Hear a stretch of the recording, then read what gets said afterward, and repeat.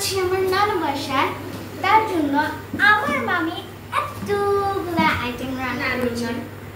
হ্যাঁ, দুজনে। এখানে আছে শোল মাছ, দেন এখানে গরুর বট,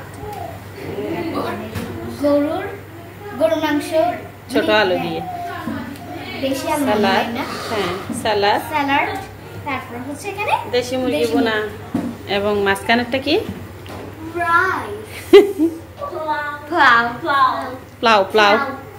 প্লাউ আবার প্লাউ।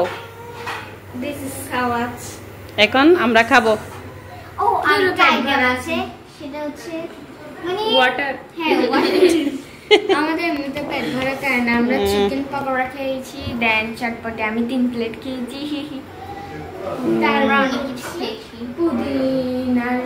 পুদিনার হচ্ছে অনেক মজা। ড্রিঙ্কস। Tata, thanks for